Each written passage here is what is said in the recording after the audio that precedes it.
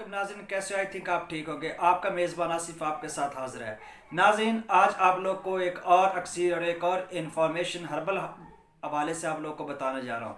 जैसा कि मैंने नाम जो चैनल है उसमें हमने बात ही यही करनी है कि जो हर्ब्स हैं, हर्ब की काइंड्स हैं, हर्ब की टाइप्स हैं, उसके हवाले से हमने जड़ी बूटियों का जो हमने इलाज उनकी मदद से हमने इलाज करना है। और मेरे जो नुस्खा जात है जो अक्सर है उसका मकसद सिर्फ यही है कि आपको मेडिकल चीज़ों से बचाया जाए। आप लोग इन चीज़ों को घर में आजमाएं।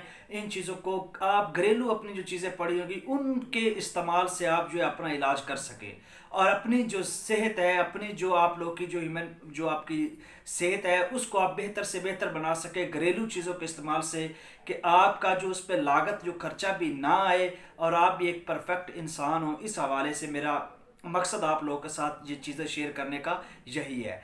तो मैंने अपनी ज़िंदगी का ये एक समझ लिया है कि मेरी ज़िंदगी का ये मकसद है कि मेरे पास जो ये हर्ब्स के हवाले से, जड़ी बूटियों के हवाले से जो नॉलेज है वो मैं आप लोगों के साथ ज़रूर शेयर करूंगा। और ये मेरे पास एक इमानत है जो मैं अपनी अमानत ये आप लोग को ज़रूर दे के जाऊँगा। और ये आप लोगों पे भी अमानत है कि आप इस चीज़ को आगे ज़रूर शेयर करेंगे, ज़रूर शेयर करेंगे। और अच्छा लगे अगर आपने मेरे चैनल को सब्सक्राइब नहीं किया तो प्लीज़ सब्सक्राइब भी करें और बेल आइकॉन पे भी प्रेस करें।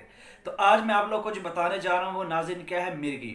मिर्गी आप लोगों ने सुना होगा, एपिलेप्सी, यानी ये क्या होता है कि ये मरीज़ जो अचानक उसको दौरे से पड़ना स्टार्ट हो जाता है और वो मरीज़ जो है वो बहुत ज़्यादा उसकी हालत तशवीशनाक हो जाती है और मरीज़ जो है वो बेहोश हो जाता है।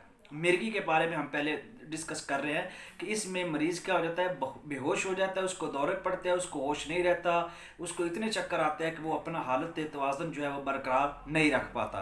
तो उस हवाले से अब क्या करेंगे, अगर बंदे को मिर्गी हो गई है तो हम हमारे घरेलू जो माएँ बहनें हैं, अगर घर में कोई फ़र्द नहीं है तो वो लाचार और परेशान हो जाएंगे। तो अभी इसका हल क्या करेंगे? क्या हम इसको डॉक्टर के पास लेके जाएंगे? क्या हमारे पास फैसिलिटी होगी हम डॉक्टर के पास लेके जाएंगे? क्या बर वक्त वहाँ पे डॉक्टर पहुँच सकता है? ऐसा हो सकता है कि नहीं हो सकता? इन चीज़ों से बचाने के लिए आपका मेज़बान आपके साथ हमेशा ऐसी ऐसी चीज़ें शेयर करता है कि आप घरेलू फ़ौरन उस चीज़ को आजमाएं और अपना जो है वो हल निकाल लें।